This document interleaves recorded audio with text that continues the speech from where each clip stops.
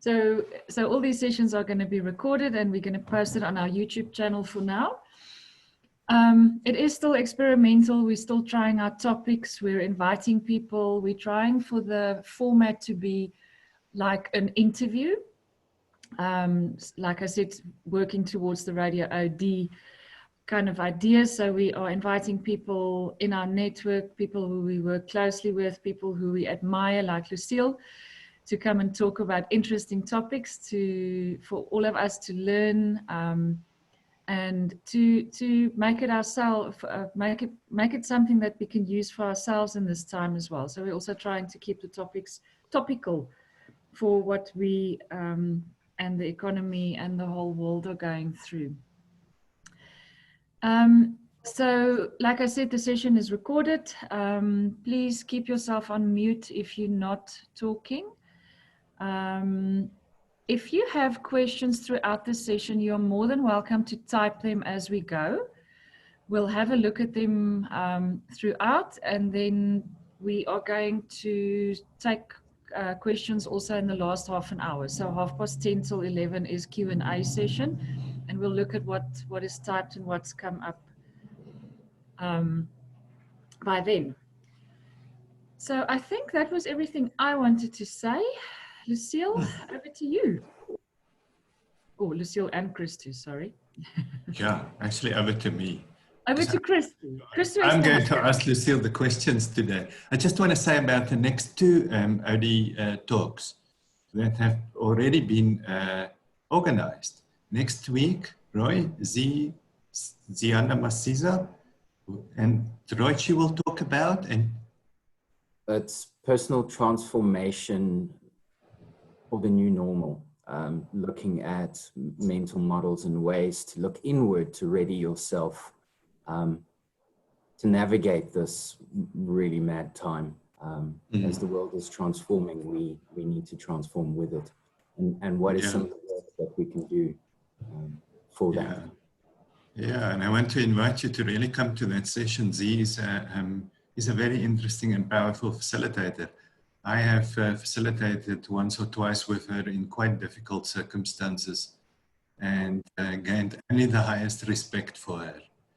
Her ability to hold paradoxes and differences and difficulties is remarkable. And then the week after that, we have Alon Shevat, who is one of those crusty old OD practitioners. He's in his 70s now, he's retired, and he's seen the world of OD. At the beginning of the quarantine, he wrote an article about what we are to do as OD practitioners, and he was devastatingly honest about how we're going to be the ones in the back of the queue to a certain extent. And I guess that's one of the things that we will engage with.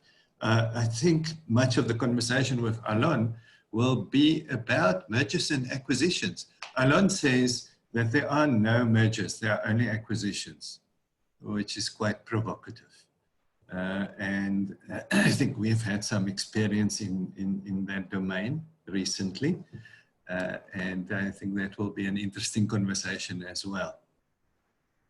Good, so over to Lucille. Lucille, I realized this week that I met you about 8 years ago the first time. Probably. Yes. I remember you were wearing a very, very weird jersey, Christo. So the fact that we have become friends is despite that jersey, not because of it. But maybe it's because of that. That was at an OD conference. Yes. That was at an OD conference, at a Flourish conference, yeah. Yes, indeed. And all the time that I've known you, I know that you will always bring very interesting new thinking that will challenge us, and thinking that opens up something that we have not yet considered or even began to consider. And for me, and I think Liesl, for you as well, it was the same last year when we engaged with Aephoria, expanded identity theory is what you called it at that point, and the use of leadership maturity. So that's what we'll talk about today. And, you know, from that perspective, the first thing that I want to ask you as we jump into this is maturity. What are we talking about? What is this? Where does it come from? Great, thank you. Thank you so much, Christo. And maybe even before we talk about maturity, I'd love to kind of take one step back and say, let's talk about the concepts of horizontal and vertical development first. Because I think when we talk about maturation within that frame, it makes a Sorry, lot Ben, sense. you... Oh, okay. Great, so I'll just, Jabulile, we're just muting you for now. Seems like there's two things going on. So when we work with the concept of development, and there are many definitions we can use for that, but let's just talk about development as, for this conversation, meaning the transformation of the way in which we make meaning over time. So the transformation of meaning making. We can work with both horizontal and vertical ideas of how we develop. Now, horizontal development is really the process of not necessarily radically transforming the paradigm that we make meaning within, but adding technical mastery to the paradigm that we are currently at. So one of the ways in which you can think about it, and this is more maybe from the perspective of adaptive leadership theory, would say that there are two kinds of leadership problems: adaptive problems and technical problems. So technical problems are the problems where the answer is already known somewhere. It's just that I still have to acquire that skill. So if you think of, for example, someone who has to learn how to drive a car, you know, how to drive a car is known, but I need to still add it to my repertoire. So that would be something that relates to horizontal development. And horizontal development is really, really useful. I mean, if we don't have some base core skills at any given point in our maturation journey, we can get into serious trouble. If I try to run a business and I don't know how to do the books for the business, or if I try to sell and I don't know how to do sales, it's really useful to acquire those skills. And we should continuously do that. And that will give us a certain mastery. But when we talk of vertical development, we're really talking about the process whereby over time, the paradigm from which we view the world, the paradigm of meaning making that we use to make sense of all the craziness and beauty around us, that there is a process of that changing. And that paradigm shift upon paradigm shift upon paradigm shift is known as vertical development. And that really is the story of our maturation. If we kind of maybe going up that ladder, if we want to use analogies of up and down. But there's also the converse. So what's the opposite of maturation? In psychological theory, we talk of regression. In leadership theory, we often talk about the idea of fallback. So fallback being the process where we lose our complexity of mind, our complexity of meaning making, either for an extended period of time or for a short period of time. So if we think of maturity as meaning the transformation of our meaning making to be able to hold more and more complexity, and maybe it's not just hold, but also meet the complexity that's in the world, then that gives us an idea of what we're talking about when it comes to maturation or the process of development. Jennifer Garvey Berger calls it the evolution of the bigness of our perspective. And she says it's very important to not call that a betterness of perspective, but it becomes bigger in some kind of way. It's almost like when you climb up a mountain, and it's and as you go higher up the mountain, your perspective shifts, sometimes the words that I've heard here is things like altitude or center of gravity. That is what shifts. Yeah. Yeah, and if we think about the process, I don't know if there are any mountain climbers or keen hikers, outdoor people on the call, but if you think of what you can see of the world when you just start the hike and you're at the base of the mountain, some things can be in great detail. You know, some of the plants, the nature around us is in great detail in the micro.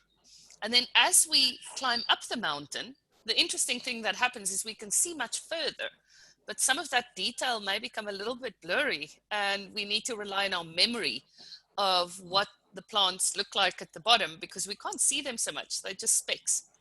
So that's a useful analogy, but I would maybe offer a contrarian perspective right off the bat here. And this is the Zen Buddhist teacher, Pema Chodron, says that the analogy of climbing a mountain is actually the wrong one when it comes to maturation, because actually it's a deepening, not an altitude. And she speaks of the process of going deeper and deeper into the well until we find at the bottom of the well kind of the higher heart center of our beings. But she speaks of going down. So I'm not particularly attached to only upwards metaphors for this. That's quite interesting, because as we go up, or our perspective increases, we need to go down so that we can also in a way loosen all the things that holds our perspective in place, or in a smaller place that keeps it small to some extent. And I think that there's a certain humility around that as well, because if we just think of going up as being better and better and better, and we don't realize that there's actually a deepening, and what we find in the process of maturation, whether we're talking about leaders maturing or just, you know, individuals, adults through life, is that the process of maturation is not one which is similar to a spiritual transcendence, where it just becomes nicer and nicer and easier, and at the top of the mountain we're in the state of bliss. Actually, as we mature and we see more and more of the world, we also have to see more and more of the pain and the iniquity and the messed upness and the power differentials, and, you know, so much of the world that is fundamentally broken. So as we mature, we also need to deal with our ever-breaking hearts and our capacity for anxiety. And I'm not talking here of kind of paranoid anxiety, but more existential anxiety. Our capacity for anxiety also increases because we have to see the world as is. So this is not a spiritual bypass that we're talking about when we talk about maturation, but much more the process of opening ourselves to the world as it is. And that can be terribly painful. So Lucille, you brought it right now into the domain of leadership, and I guess to some extent this thing that we call leadership development. And if I go back to horizontal, I guess that much of what we called leadership development would fall into horizontal development. It's just a development of certain discrete leadership competencies, leadership frameworks, all of those kinds of things, which says that there is a way to be a leader, and we can describe it, and we know what it is, or we have decided in our corporate strategy what kind of leadership we need, and we developed a competency framework, and there we have it. We have a leadership model, and we can apply it. But maturation in leadership sounds like something else. Why is it necessary? Why does it matter? So I think you make a very interesting point. And when we look at leadership development, especially maybe the way in which we practice leadership development over the ages in the 80s, the 90s, maybe even the early 2000s, and some organizations still today, We have thought of leadership development as this thing of matching competency development to the desired strategic outcome in some way. And so let's add problem solving, let's add strategic thinking, let's add financial management, whatever it is, a horizontalization of it. And it's useful. I mean, there's nothing wrong with that process. If there was something wrong with that process, people would stop doing MBAs and a whole lot of other things. And there's real value in it. But the process of vertical development, and I think it's Mark Kahn that wrote that very provocative article a couple of years ago that said, there is no such thing as leadership development. There is only such a thing as leader development. And that really starts speaking into a lot of the paradigm from the constructivist development theory, which is the part of development psychology that the idea of maturation comes from, is that there is no such thing as leader or leadership development, technically, if we're really developing them, rather than just adding technical skills, without a maturation process. And so that really starts to reframe the way in which we think of what we're doing when we say we are developing our leaders. If we really start seeing at the heart of it, the whole process of maturing my perspective being what we're actually doing, in order for us to meet the complexity in the world, maybe being one of the many reasons why we do this, then the way in which we think about design, the way in which we think about disruption and containment both, because they're in relationship with each other, becomes really, really different. But let's talk about the current context, because what we do in leadership development, in our lives, is so deeply informed by context that we'd be amiss to not start from there. Is we are not currently in a context that the straight line is towards thriving for our organizations, for ourselves in many, many different ways. This is a time that's deeply informed by survival and the need to survive. But we're also in a broader time of deep change in the world. If we just think of the last, well, let's think of the post-financial crisis world. There's so much that's been changing. And in South Africa, we have, I think the way in which we've worked with refugees, for example, in South Africa is so different to the way we've worked with refugees in other parts of the world.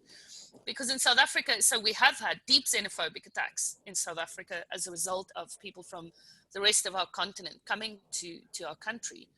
But we've also not seen the same kind of mass movement of people that we've seen in the last 3-4 years across Europe as a result of the war in Syria and other things going on.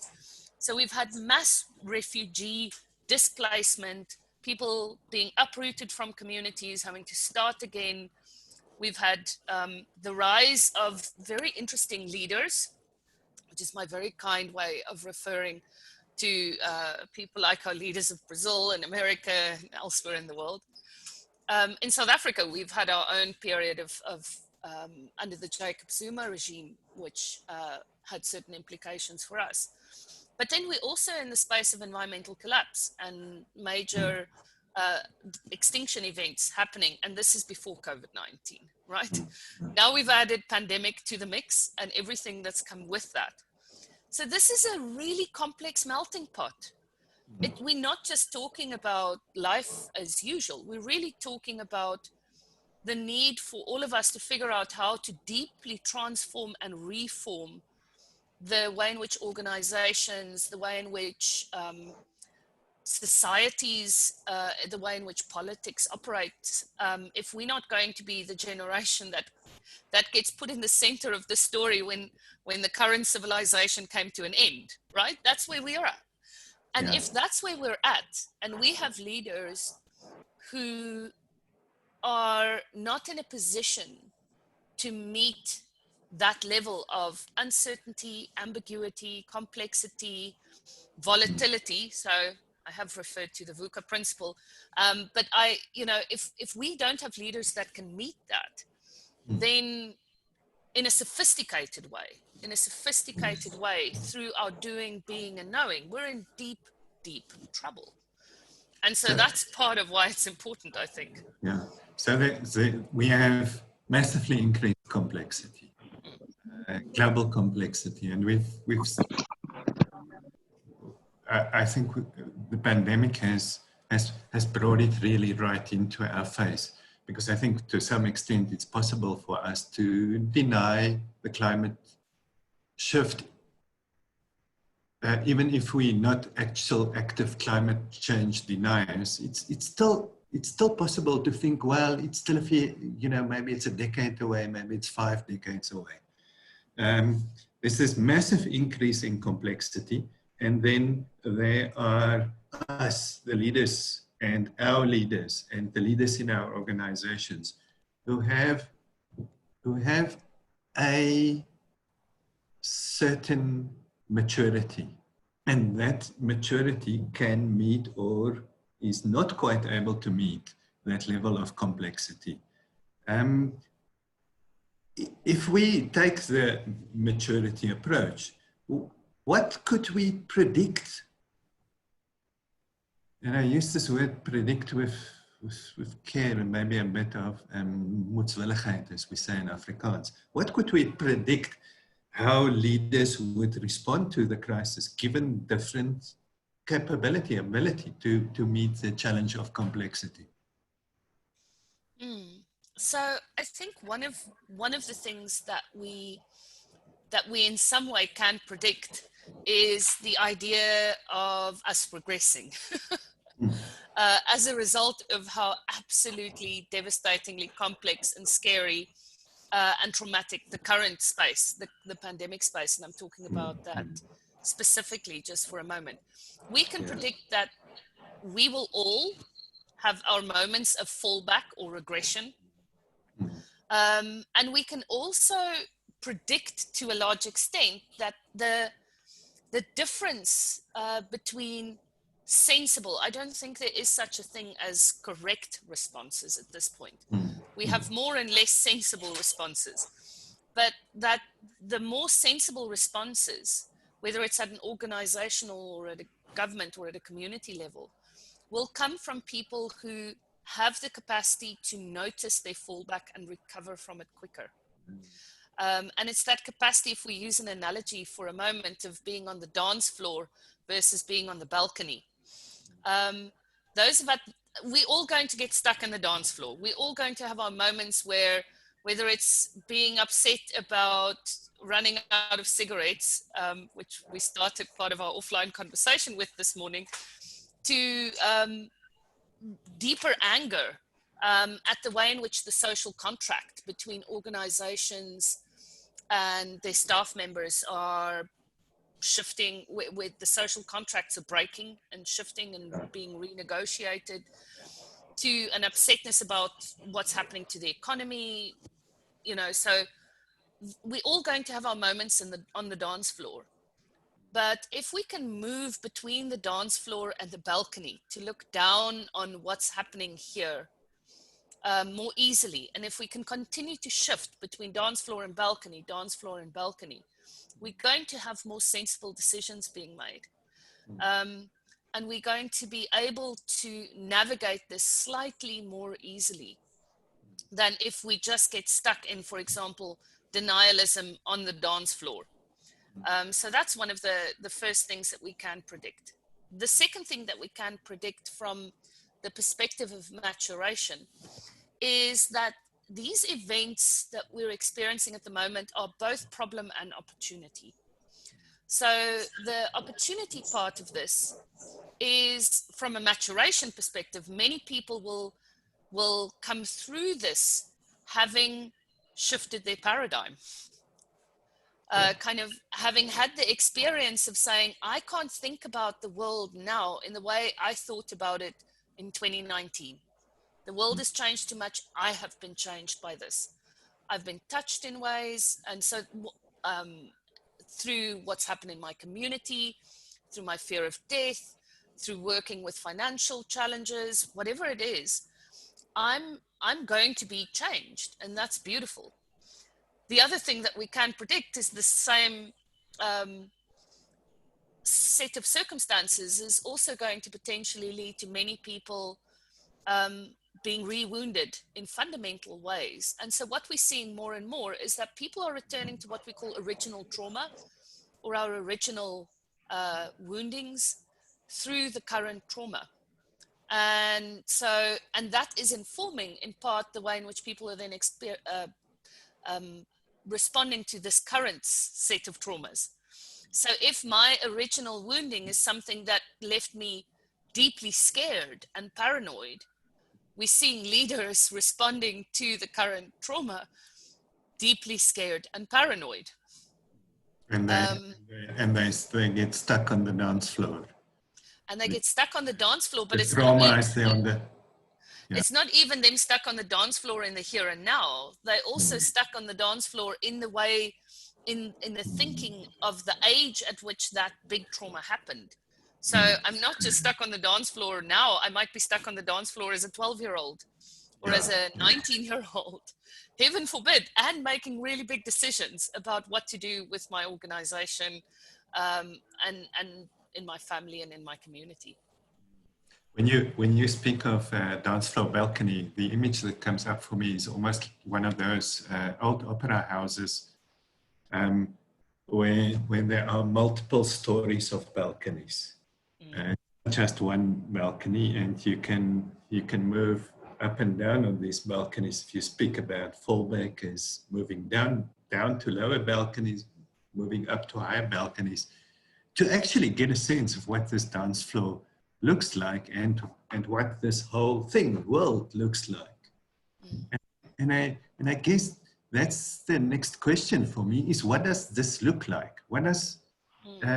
How can we get a sense of maturity and the development of maturity? Because as we grow up, there are adults, and then more rational or irrational, and that forms our ideas of adulthood. And then we get to adulthood and we realize that we don't feel much different. We still feel like there's an adulthood out of our reach, or not yet reached. And I guess so it goes on. I'm in my 50s now, and it still feels like there's an adulthood out of my reach, or that is still there to be gained or accessed in some ways. Is there a kind of I don't know what to call it, a map, framework, a model that can give us a sense of how we transform into increasing capability to deal with complexity, to have a bigger perspective of the world, and to actually even get a sense, a perspective on our own traumatization, the things that shaped how we may get stuck at certain points, or where we may fall back under pressure. So I think, there definitely is, and let's explore that a little bit. But I'd also like to comment on your sense of that there's an ever unreachable adulthood somewhere out there. That actually says a little bit about your stage of maturation, because there are points at which we definitely think we've reached it, and then we realize that maybe we haven't again.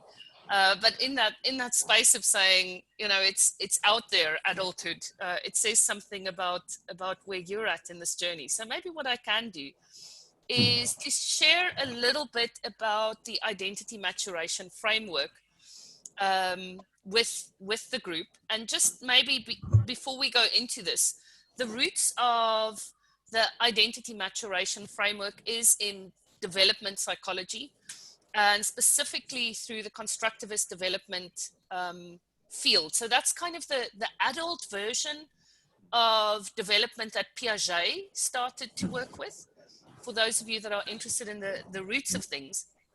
And there are a couple of different strands in this thinking in the constructivist development field. So possibly the most well-known, and I don't know if it's known in this group, is the work of Kegan. So Kegan's worked on the different states of mind that he's worked with. Perry has worked on the development of morality. And then Torbett worked on the different action logics, which has to do with kind of the application of these different mind states.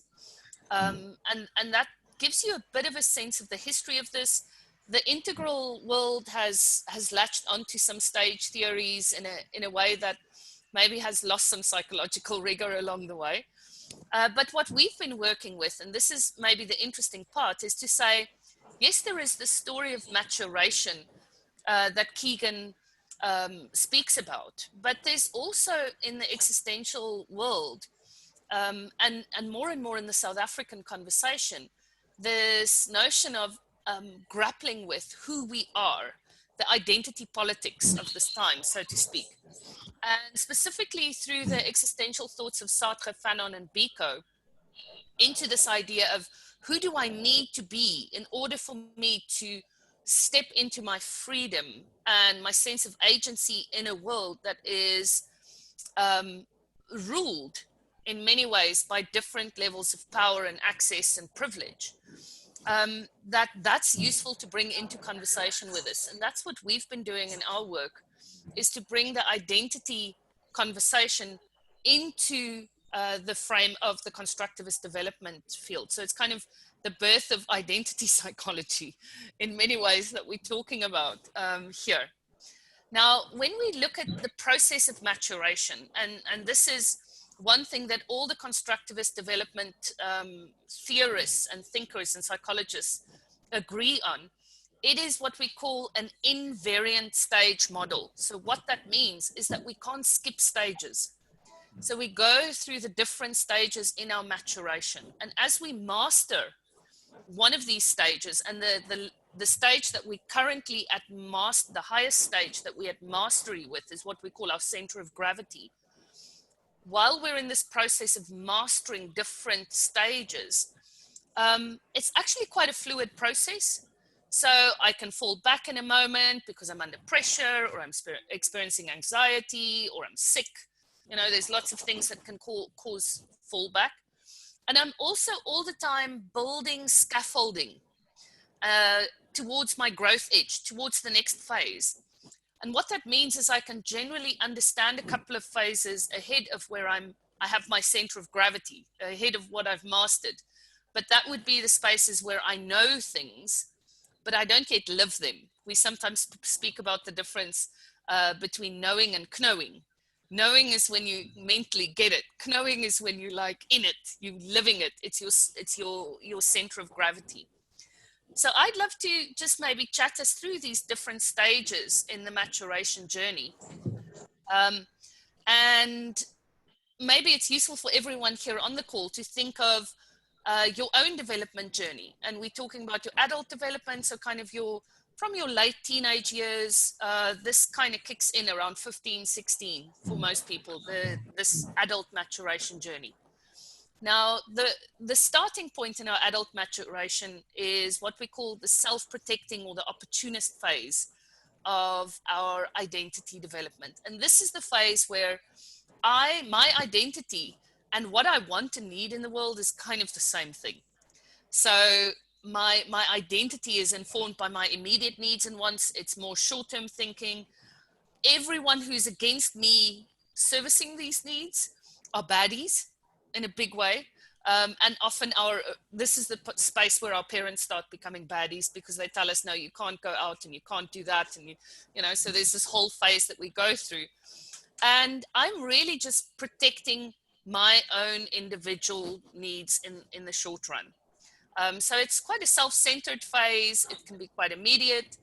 We see people who get stuck here. And this is the thing, to understand this, we need to know that people get stuck in certain phases. If you want to know how many people are stuck in this phase in your organization, look at the stats around away without permission. So those people that have patterns of not coming to work the Monday after payday, or you know, when there's a big sporting event in the community, we're just not showing up for our shifts or whatever it is. That really gives you a sense of how many people got stuck here in almost a teenage phase of my development journey. And that's where we start the whole process. what then happens from there is the next phase of our maturation is where our identity becomes merged with the groups that we belong to and what the groups that we belong to believe and think. Now here we're talking about our families of origin and the family mythology around what is good and what is bad, but also more specifically things like our religion, our culture, our the stereotype of our race, our gender. So this is the place where I'm drinking the Kool-Aid of the stereotype of the group that I belong to. And so it's called the conforming phase. And in this phase, people who are from different groups that challenge my group become the really bad people. And it's really a space where I need to do quite a lot of hard work to stay in line with the group. None of us are templates of the groups that we belong to 100%. We think differently, we feel differently, we want differently. So if any of you just think of for a moment, if you had to comply to the stereotype of your race and gender, let's just start with that. You're probably going to get a million pings that says, hell no. You know, this is how I'm different. This is how the stereotype's nonsense, all good. But what happens in this phase is I have to, every time I get one of those pings that say, I think and feel differently to this group, I need to suppress that. Otherwise, I'm going to separate out from the group, and the group is what gives me my identity. So I go through this period of actually repressing my internal world, making it smaller and smaller and smaller. And that can be really sad. I mean, if you just think of, and all of us would have at some point had the opportunity of meeting and being with people who live on the same street as maybe their parents did, that have taken exactly the same careers. They still fraternize with exactly the same friends they had 25 years ago when they finished high school. They still go to the same church or the same mosque. There's this whole process of that. And I know, so maybe I'll speak for myself, sometimes when I interact with some of those people that have been part of my life history, I get a deep sense of sadness, because there's a certain sameness about the life that happens for me at that stage. Also, and there are lots of people in South Africa stuck here developmentally. yeah. I mean, I can't help thinking, well, I can't help thinking about gatherings of less than 50 people, but well, up to 50 people. And the kinds of peer pressure that goes with attending those kinds of gatherings, despite maybe it not being the most sensible thing to do. So there's in organizations and in societies, as much as that provides a certain kind of community foundation, there's huge dangers that we risk. That we risk if this level of maturity holds sway. Yeah. Well, the key thing here is at this level of maturity, it's very easy to end up serving the power needs. I'm trying to find a way to say this that allows people to hear rather than to get defensive. But this is the place where I'm obedient. And if the state tells me to do X, Y, and Z, and I obey, but the state's actually lost the plot, that's where a lot of harm has been done, in the name of just being a good citizen that follows the laws in some kind of way. I also have a sense that the shadow of this is rebelliousness. Yes. It's not resistance. It is this almost as now we're going to burn it all down. If it switches from obedience to not obedience.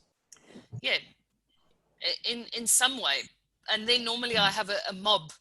So then I'm conforming with mob mentality in some way in that process of rebellion as well. the thing about at the conforming level, what I'm looking towards for leaders to be is leaders need to be strong mommies and daddies. And those strong mommies and daddies need to be certain, and they need to tell me what to do, and they need to guide the way. And if my leaders become participative, heaven forbid, because now my strong mommy and daddy mythology is being challenged, and that means that I have a weak, confused leader. So at this level, a lot of the things that we say we need to develop leaders into, for example, participative, adaptive leaders, is really problematic. People who are at this conforming or group level of maturity look at that and say, our leaders have lost the plot. Now they want us to do the thinking for them. What's wrong with that? You know, and so that's where some of the rebellion then gets born as well, is when our leaders don't comply with the idea of being heroic, strong mummies and daddies that will tell us what to do. So what's a healthy leader here? Is maybe a leader that has authority without necessarily being authoritarian. Yes, and that's tricky, because the moment you step into authority, it's a very, very murky line between authority and becoming authoritarian. And it's almost that it's, you know, if we use transactional analysis, you easily get trapped into the parent mindset in this if you're leading. And if you're in the rule-giving parent mindset, then you're going to be the strict disciplinarian leader, which may be useful and may keep people on track, but it's not particularly inspiring when you're trying to build a culture of care and collaboration or whatever it is that's important here. So the nurturing parent role is also a useful one, but you have to play the two together, because if you're too soft, then you're just going to tell the group what they can get away with if they do it together, and that's also problematic. That's for me an interesting one that you say nurturing, because when you said strict parent, what immediately came up for me was the good cop, bad cop style of leadership. If you have groups of leaders, but this is not good cop, bad cop. This is actually really nurturing. As something contained in the same leader, not in some other leader as a manipulative strategy.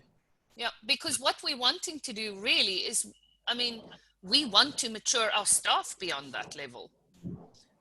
Because having staff that are dependent on my agency to keep going, as opposed to their own agency, that's not very helpful. So we need to continue to grow our staff. And one of the ways in which we can grow our staff into the next level of maturity is to nurture them enough so that their ambition and desire for their own agency to be more expressed, their own independence and sense of control to become stronger in them.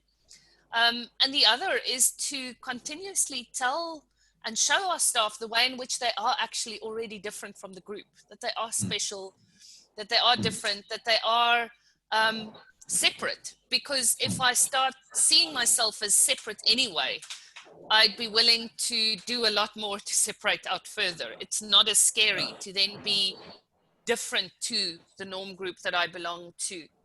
Now, the specializing phase, which is a very knowledge, rational, intensive phase, is the phase where my sense of agency and independence and control of my own life really starts feeling like it's in my own hands.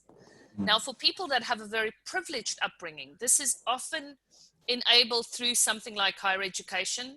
So some of these early phases can happen quite quickly, but it's the place where I start developing a niche, a sense of confidence that comes from knowing things in the world, understanding things, being able to master a skill or a trade.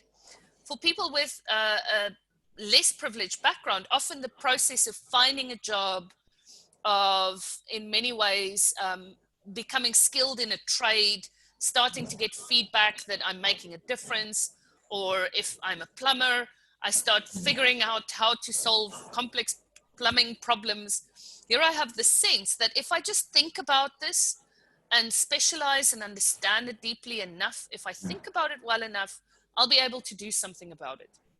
Now, this is part of where our country already starts pre-pandemic running into big, big challenges, given the level of youth unemployment that we have, and given the lack of access especially for people from underprivileged backgrounds, to education. And this is where I am fully aligned with Fees Must Fall movements and the decolonial movement inside the university context. I think it's incredibly important for us, if we want to mature our South African nation, that there are more opportunities for higher education, and that we have to find ways to address youth unemployment. Because if we never place youth in their 20s inside a space where I can get this efficacy from mastering a skill, a trade, then it becomes really tricky to keep maturing, because there is something contextual around the maturation process. And people will find, I mean, we are so resilient to say that because I've never had a job in the formal economy, that doesn't mean that I can't get into this phase. But it's also that sense of, I can figure this out. So a lot of people that are not in formal employment, but that have figured out ways of being entrepreneurial, of making a difference. If I just think about this problem long enough, we can find a way of changing it, tapping it around, starting our own thing, and getting that sense of efficacy from that.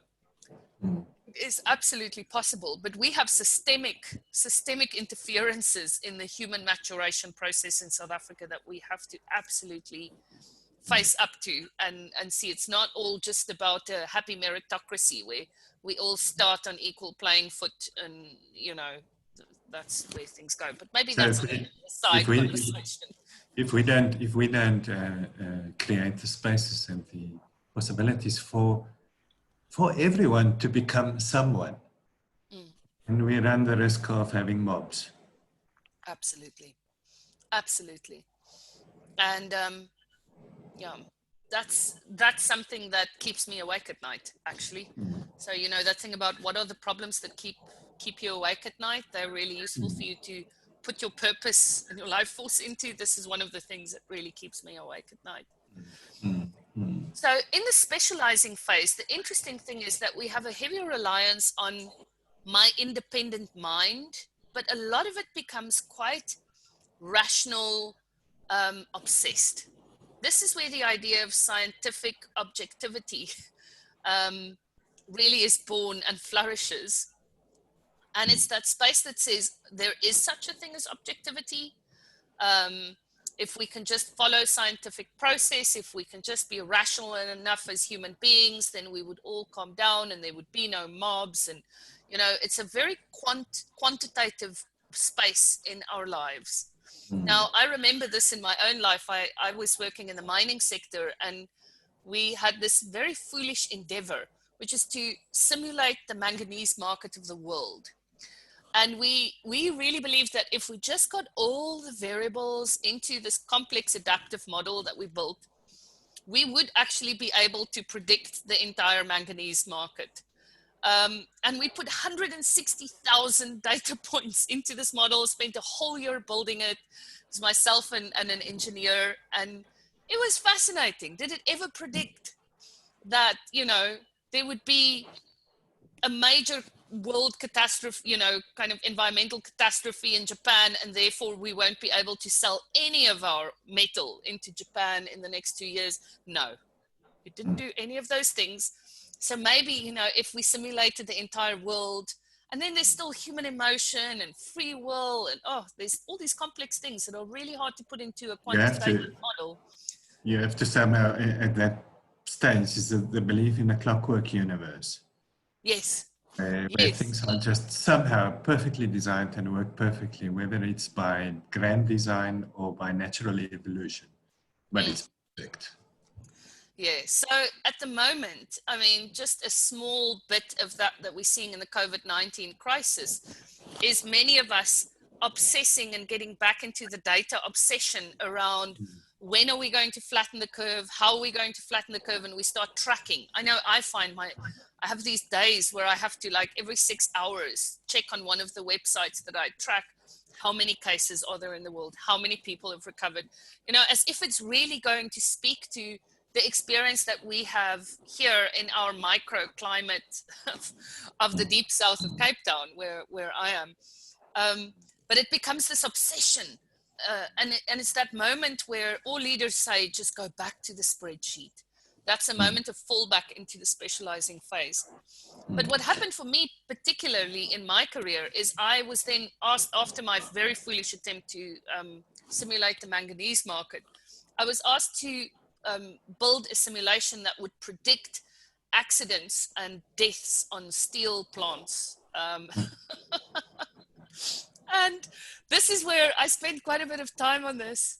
And at some point, I had to go back to the leaders of the organization I was working with and to say, you know, at the bottom of this, there are lots of variables. We can do something about this transport issue in Vanderbijl Park, and we can do something about that. But you know, at the bottom of this is the problem that you guys see your staff members as objects, not as human beings. And I can build you a lovely model for that, but I don't know how to simulate the fact that you've objectified your mostly black workforce. And therefore, there's a whole lot of things that happen here that you'd never tolerate in your household for your children that you have turned into human beings. And so there's no model for this. There's no model for care and for dehumanization.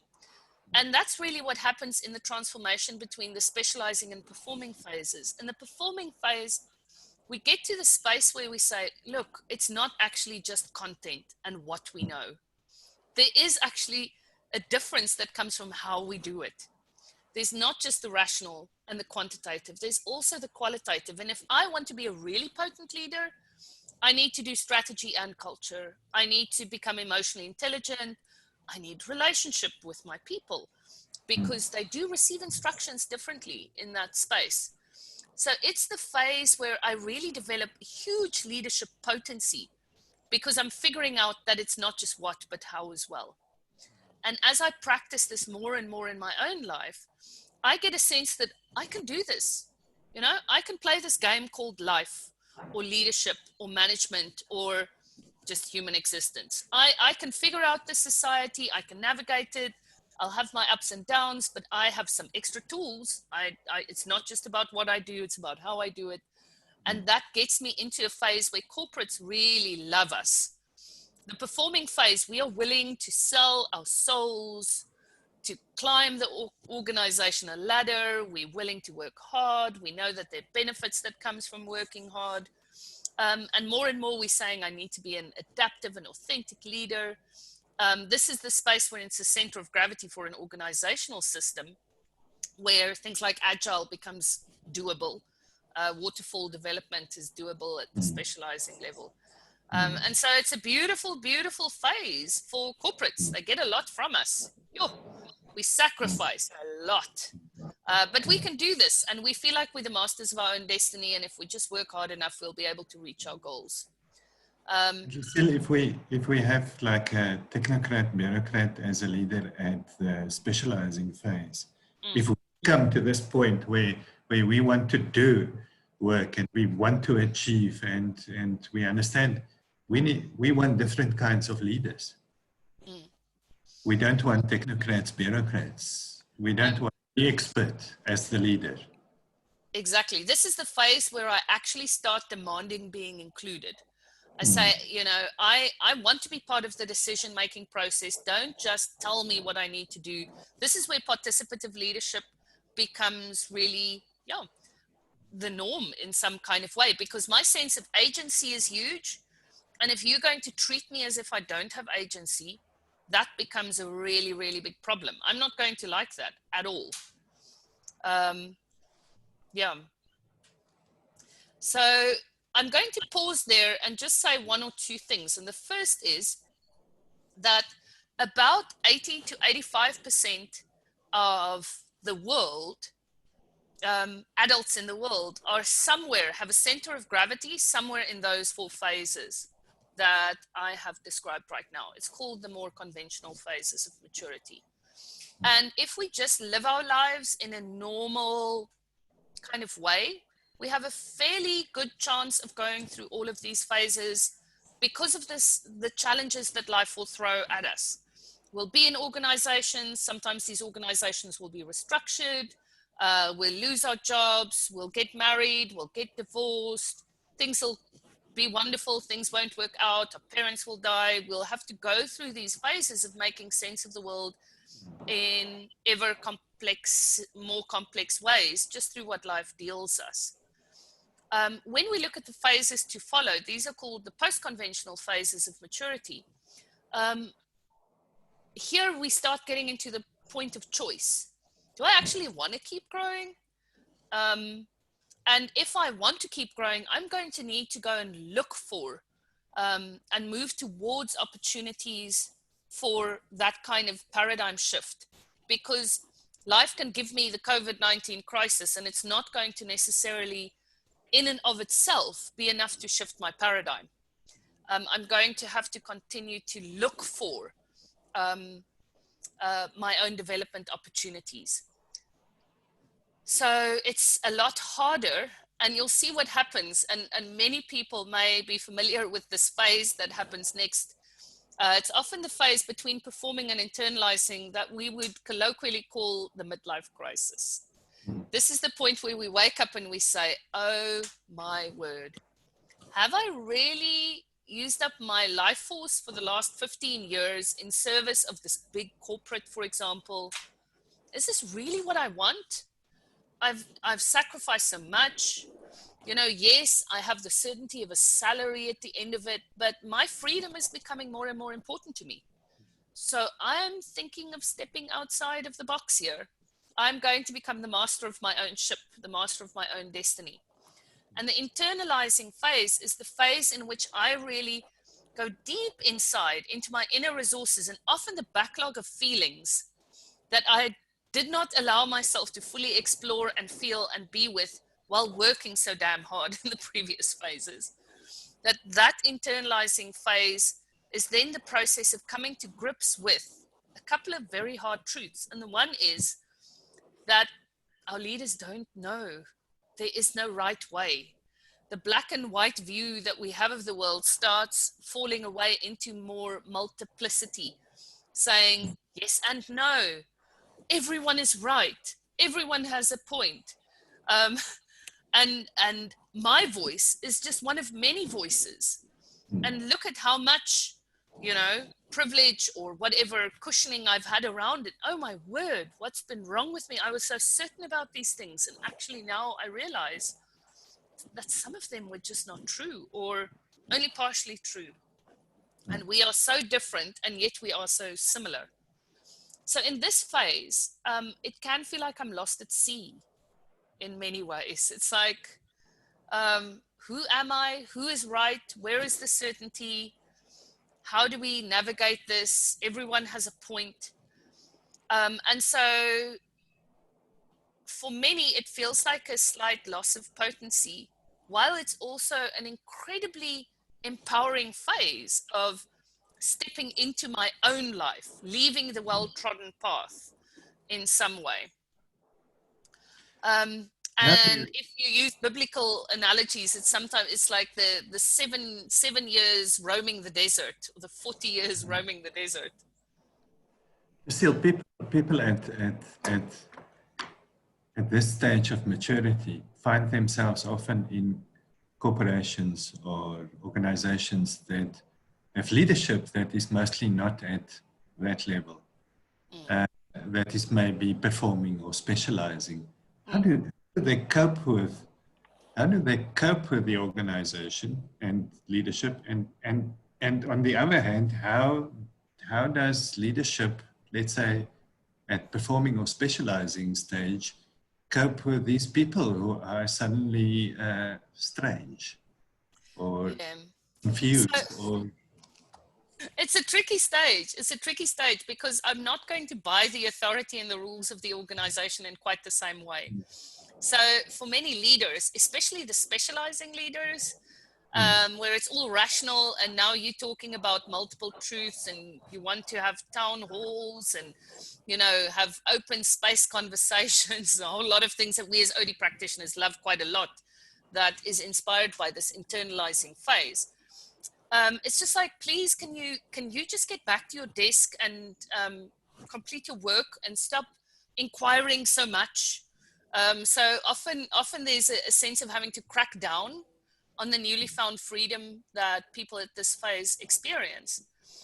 Some leaders are wise enough to realize that I need to protect these, let's call them mavericks for a moment, need to protect the mavericks in some kind of way.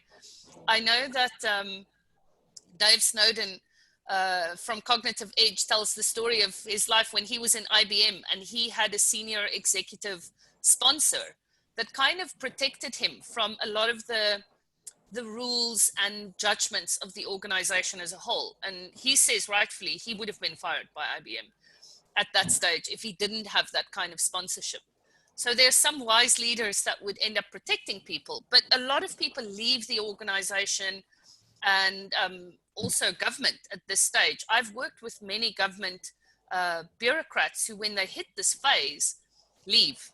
They leave. And this is what we actually least want. You might think that this is good, but it's actually not. If we want to build inclusive organizational cultures, we need people at this stage. And we also need them to stay so that when they get to the following phases that maybe have more mainstream potency again, that they're around and they're not out there just doing consulting work or doing their own thing, or, you know, having told the whole organization to stuff around. Because government needs people at this phase if they want to be inclusive and value oriented in their way of managing civil service, but they also need the strategizing leaders that can work with the system rather than just with niche parts of the system in some kind of way. But the people at this phase often, if they choose to stay in the organization, grow a bit of a thick skin, go a bit of undercover, sometimes start doing weird things like take photographs of themselves hiding between behind pot plants between meetings. You know, there's some way they find to amuse themselves and to express their individuality without becoming too entangled in the game. But this is the phase where I can see that it's a game. And that's part of where the disillusion comes from. And if I go through the seven years in the desert, I might find myself at the next phase, the strategizing phase. And the strategizing phase is a phase where I'm high enough on the mountain to, when I look down, have a sense of the system as a whole. And so I use my ability to see the system, my systems thinking ability, as the basis for my potency in my leadership. And this is where, and Shaka Zulu is a beautiful analogy for this. This is where Shaka Zulu is on the balcony, on the mountain, looking down at his troops. And he can see the cowhorn formation be born. He can see that sense of, oh, wow, if we just stop going at the enemy directly and go at them from the sides, this whole battle will change. If I shorten the spears, this whole way of doing warfare will change, and maybe that will enable us to get the upper hand. So that's a war analogy, but there are many of those examples in organizational leadership as well, where I get the sense of the many variables and how they connect, and I can have a much more integrated change process or response to the complexity that is there for me. It is a phase where I'm working on the system, but if I've remained in the system, I can go dance floor balcony, dance floor balcony, dance floor balcony very easily. And it's a phase of incredible potency. And we want our leaders that are making very big decisions to be here. And we can continue talking about some of the other levels. They really relate to less than 2% of the nation. But the key thing, if we just use a bit of a political analogy for a moment, is if we have leaders managing the COVID-19 crisis for our organizations, for our country from this space, we have a very different response to when I'm, for example, just in self-protective mode. And all I'm trying to do is make sure that me and my family have money. And like, yes, just to hell with all the workers, let them go. You know, they can go and find UIF on their own. And there's a big breakdown in the social contract. when we look at some of the decisions that, for example, Cyril Ramaphosa has made and his governing council have made, where they've said, we need to do this hard lockdown so that our medical system can prepare for the crisis. We won't be able to, given the nature of South Africa, stop the health crisis from coming, but we need to buy time. That's the kind of decision that is a very hard one to make, but it's made from the balcony. Now, some of the other decisions that have been made, like you can't buy shoelaces, but you can buy, and t-shirts, but you can buy winter clothing or whatever that is. That's not made on the strategizing balcony. That's a specializing, kind of tick box exercise. Who knows? I have no idea even where that's made from. But it helps us see the difference in those decision-making styles. Lucille, how does fallback look like here? I mean, we hit crisis, and in crisis, you say unconsciously we regress or fall back to earlier modes of making meaning, and making sense. What would that look like? So fallback really looks like that process where I know that there are 4 stories on my dance floor balcony. And all of a sudden, I can't find the stairs anymore. I've fallen back into the dance floor. And I might have a rational memory that, and sometimes I've fallen so hard that I can't even remember that I'm smarter than this. Let's just use that crude reference to the word smart. But I just can't access it. I'm in a panic. I'm angry. For example, I'm in a defensive state. I'm so exhausted that I just can't access that kind of thinking. What we're seeing at the moment is most people are falling. So most of the time, when we just do in everyday terms, we fall back. We fall back about 2 levels. But in this kind of severe contextual systemic crisis that we're in, most people, regardless of where they are falling back to specializing, conforming, and self-protecting levels. And so this is where I go from being able to be quite a wise leader that would never do an organizational change in the way that it's happening at the moment. I stopped communicating with my staff completely. And I don't even, we've seen this with the schools and school leadership, where apparently people are going back to school next week. And a lot of government schools have not even sent one message to their parents yet. What is that about? Yes, the government says send the children, but the principals have fallen back so deeply into crisis mode that they're just hustling in some way to get masks, and they've forgotten that if I don't communicate to the parents, they're going to revolt. Yeah.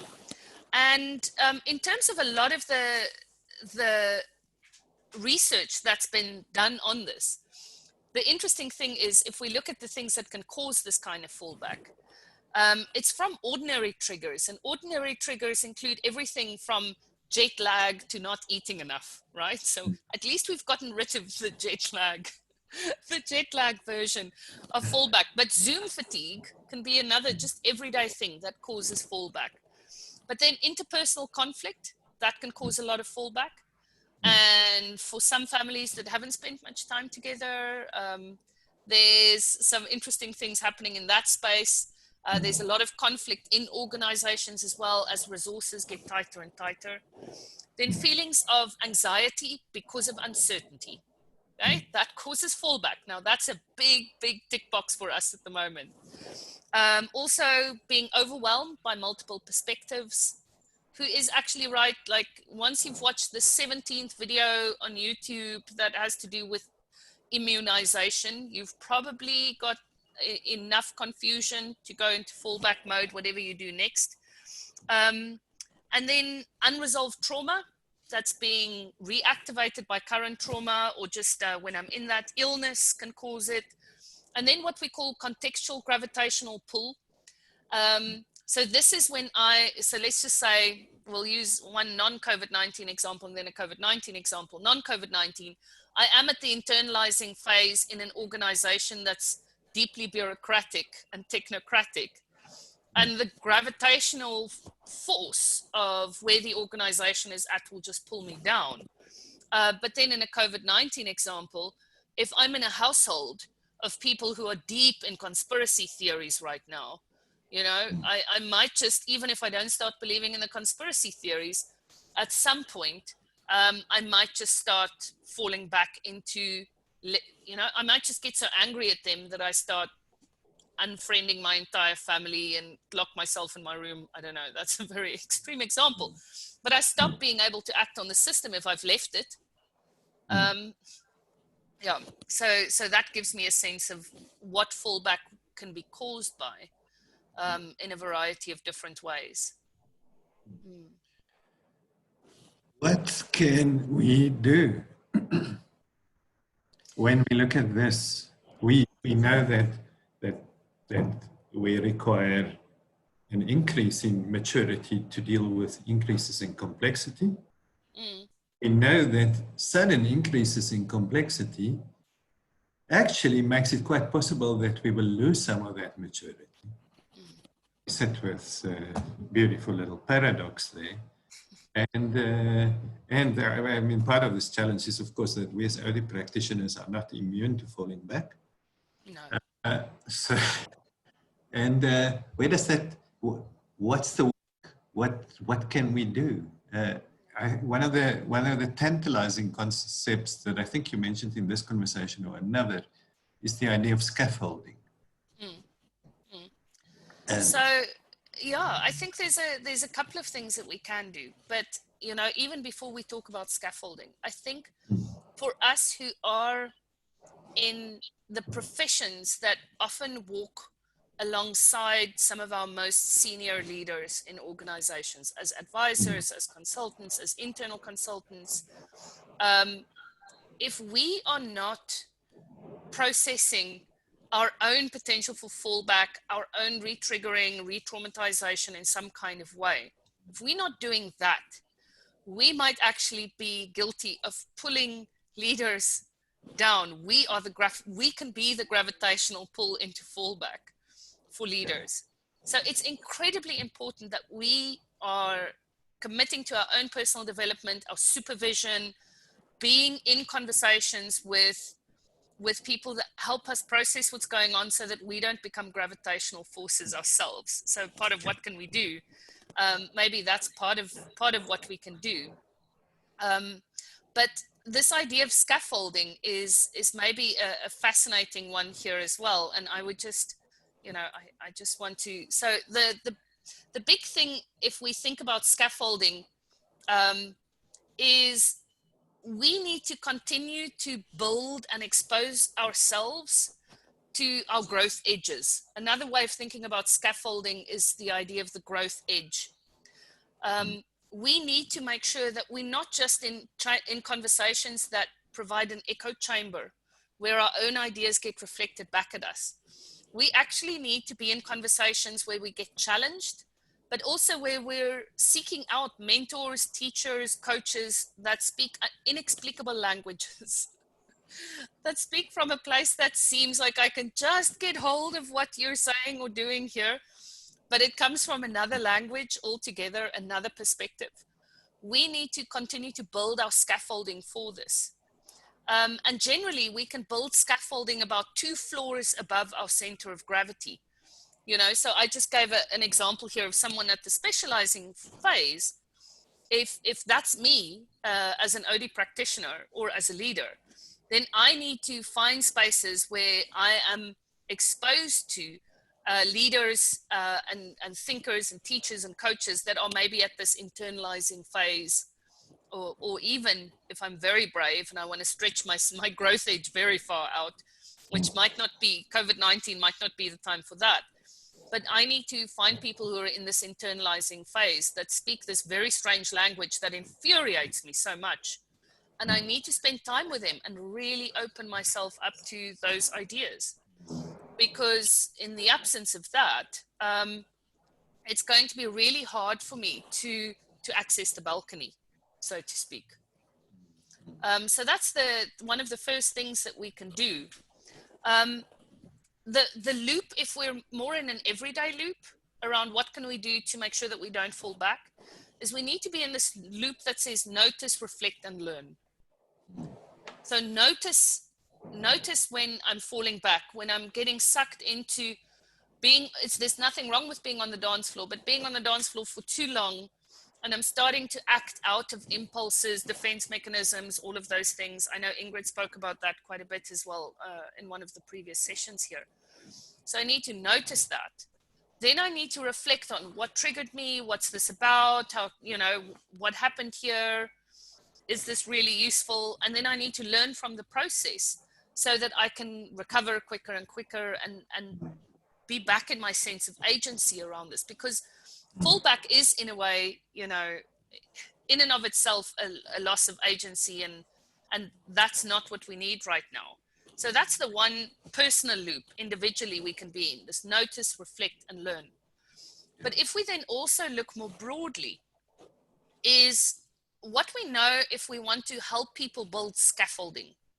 This is true for ourselves as much as for leaders we work with, is in order for us to build scaffolding, we need to disrupt and hold. So disruption of the current paradigm, the current way of making meaning, challenging leaders, is this really all there is? What if we look beyond the stats? What if, there's, what if you face the idea that there's anxiety in your system, rather than saying, we're okay. Jennifer Garvey Berger often uses this, what if this thing you believe weren't true, is a beautiful, gentle, disruptive question. So we need to disrupt, but disrupt as much as the system can handle, because if we disrupt too much, then we get fallback anyway. So we disrupt as a way of building scaffolding, and then we need to create a deliberate holding environment. And a holding environment is a psychosocial space that is psychologically safe enough for me to process the fact that now I'm in an uncertain world, and I don't if I'm building a new floor, I haven't explored it yet. I don't know what's happening there. And so I need to process and make sense of that. So we need to create psychosocial holding spaces very deliberately in direct conversation with the disruption that we do. We can't just disrupt and bomb and throw hand grenades and leave. Yeah. That's going to give us fallback. And that requires that we work with leadership collectives in organizations. Mm-hmm. Not as individuals, but certainly with larger collectives to create holding spaces. Yeah, I think you can create fairly effective holding spaces in the one-on-one space between, for example, a coach and a leader as well. So it, where it's hard to do collective, it's also good to do the one-on-one space. But the holding space is in the relationship between those two individuals. There's a beautiful piece of research that has been done that says that if we want to help leaders recover from fallback, having a trusted person with who they can reflect and notice, reflect, and learn is one of the quickest ways to recover. So the leader that's out there as a lone ranger recovers much, much slower than someone who actually has people they trust around them. And that's an important thing. And then I think the third thing, if we want to ensure that we continue to support this space of COVID-19 to not be a space that regresses our systems, but actually helps us to become more mature systemically, is we do need to invest in deliberate design of leadership, interventions, collective sense-making, but we need to be so deliberate about what we're designing that we realize we're building scaffolding, and this is where the scaffolding's taking us. It's not accidental. Yes, some of these things may emerge if we have 17,000 hours to play together and allow it to emerge, but we don't have 17,000 hours to play together. We need to do deliberate design that enables us to do this disruption holding. And there's enough research that shows that when you do that and do that well, and that's not a 2-day leadership intervention, that's longer term leadership plans in some way. When you do that, you can actually measure the shifts that people make. So there's an actual return on investment. And that return on investment that you can measure either through tracking the shifts or tracking the way in which leaders start acting more systemically, more with the system as a whole, is incredibly, incredibly powerful. And maybe one of the things that I can just share here for a moment, just for people to get a sense of that, is this is from a program with one of the, with one of the parastatal bodies that manages economic development in South Africa. And this is from 2019, so it's not a COVID-19 example. But this is some of and the way in which we measure this is through sentence completion. This is one of the leaders in a fairly significant middle management role before she went on a deliberately designed leadership development program. And then after she completed this 9-month program. Now, just for a moment, think of which of these leaders would you want in your organization? So when the top execs change the organization, before I embrace and comply with the change, versus I take time to review what has changed before I jump to implement the change, assess what impact the change will have on the process, and give feedback to management. What will and will not work in my space, and what intervention is required if the latter option. Now, which of those two people would you want to entrust with a part of your organization? It's a remarkable shift, isn't it? Absolutely. Absolutely. And so, you know, people can look at the different things, but interestingly, maybe in a full circle to where we started, Christo, when you look at leadership definition, that thing of like complying to a set of competencies, a good leader must set a good example and must have integrity, honesty, open, you know, there's this set of competencies. That's how deep the thinking went to leadership is to continually change and re-engineer the way we do things and to keep on top of that game. Which of those people would I trust with a significant part of my organization? That is amazing. Lucille, I see that we at 10:30. I want to ask you, I want to ask those on the calls, still on in the chat, if you have questions, please write them in the chat group or hold them for a moment. Lucille, what you showed us just now has come out of specific work that you have done, a specific instrument that you have, and specific kinds of interventions that you do in organizations. Can you just tell us a little bit more about that? The kinds of specific offerings that, that you, Aephoria partner and also in collaboration with Worldsview bring to this challenge.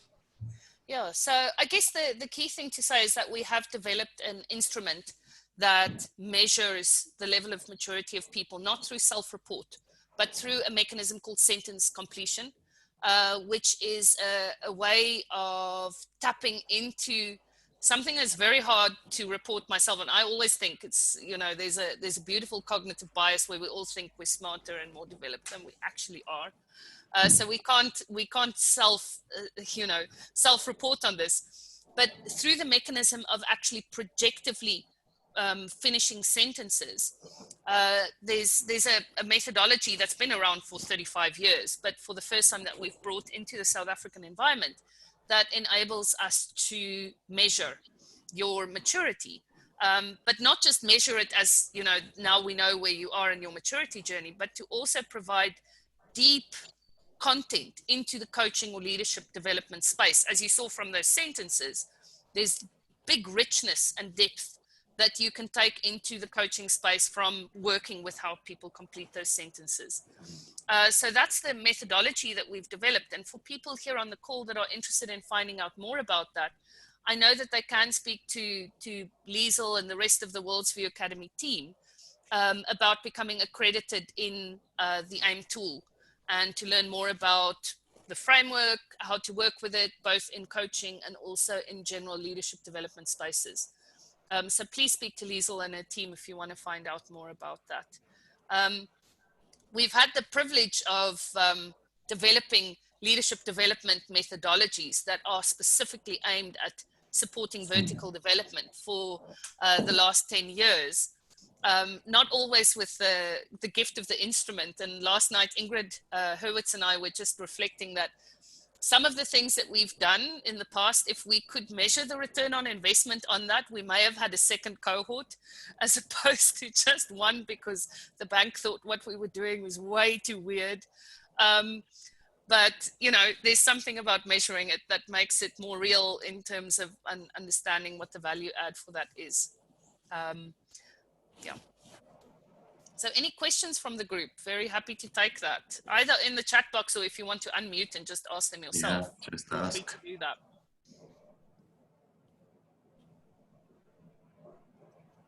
Hi, Lucille, that was so incredible. As always, I just want to echo what Christo said at the beginning, just around the exceptional quality of thinking and clarity that you bring to these spaces, and I just want to value that again. I have a reflection, an inquiry that's been kind of sitting with me for a couple of days, and I'm wondering, because I think there's so much in terms of its overlay, in terms of so much of what you've said. I've recently been considering Sharma's concept of social absencing. Yes. And of what this is doing to us in this period from a leadership point of view, and how it is slowing our capacity, it's slowing our ability to build the capacity to shift the system, because we have such a large portion of our society that is in the social absencing part of his model. And I like that term. I like the term, the absencing and the presencing. And so if I think about that in the context of building, of moving up those layers in the model, into thinking contextually, into thinking systemically, into being able to hold the capacity to do the personal shift, inside of a country level social absencing, it sounds like an extraordinarily difficult thing for us. And I also am a wild optimist, so I'm very clear about where the moments are for us to build that capacity and how we might do that and how we might collaborate in doing that. So it's not a question as much as it is, I'd love your and the rest of the group's sense around that absencing, and how might we begin to work with that a lot more deliberately. So, I mean, the first thing that comes to mind, Vasantha, and what a wonderful thing to think into. And I also love Otto's language around this. But I think what we're experiencing in the social absencing space is the gravitational pull of a societal fallback moment. And maybe it's not even fallback, but I mean, in South African society, we have created over the last 60, 70 years, really a history that has made waking up, let's use the term waking up as the process between absencing and presencing, the many waking ups. And to use the isiZulu, the VUCA moments that we have in our lives. It's really, really hard to collectively and societally be in a presencing space for us in South Africa, because we've inflicted so much trauma on the system in so many ways. And now COVID-19 is just another trauma that's also then taking us, rewounding us into and reminding us of all the other traumas that we've been through. And so we're in a place where there is this huge opportunity we have right now to work through rather than around some of the traumas that are part of our society. And the opportunities are there. Given the way in which we're working at the moment, maybe more of those are micro opportunities. So in our communities, choosing to be someone that helps people to notice, reflect, and learn, helps people to process trauma and to get from the absencing into the presencing. You know, how do we get a society back into presencing? By allowing many individuals to do that and, you know, to light the presencing moment around them too. And there are opportunities for our leaders that have bigger platforms to also step onto those platforms very deliberately. And there are moments where some of our leaders get that right and some of them don't. And I'm not just talking of political leaders, I'm talking of organizational leaders as well. You know, and it's hard for me to single out leaders, but there are some exquisite examples of leaders that have stepped up and taken care of their organizational systems in this time and have been in really hard ongoing conversations. And every time a leader does that, the organization itself is less prone to falling asleep and being in a more severe fallback. So I think that's beautiful reflection, and I'm with you. And I'm with you on the deep desire to be part of the process that allows us to not be in social absencing or fallback for longer or more in more severe ways than we have to be. I actually think a bit of Meg Quigley's idea of the islands of sanity on the one hand. But on the other hand, it's also an island of sanity in the midst of a tsunami. So, so you organizations and societies, you can't ignore the large systemic responsibility of leaders and leadership. That needs to be supported and lifted as well. Yeah, the ones with the wide reach need to step up. It does, and we are responsible for many things, including the metaphors we use to make sense of this space. So if we're going to use metaphors of war, in which we all become victims, you know, a lot of the metaphors of natural disaster and warfare have as the net impact the positioning of the rest of us as victims. And victim is a place where my agency is fairly limited. So if I can find the alternative metaphors, and there's a beautiful article that that I read recently around maybe this time is the time of our twasa. It's the time of initiation. So if we think of this time as an initiation, as a rite of passage, we are also choosing metaphors that allow us to keep our agency rather than to be stripped of it. So yes, many things, including our metaphors, Christo. More questions?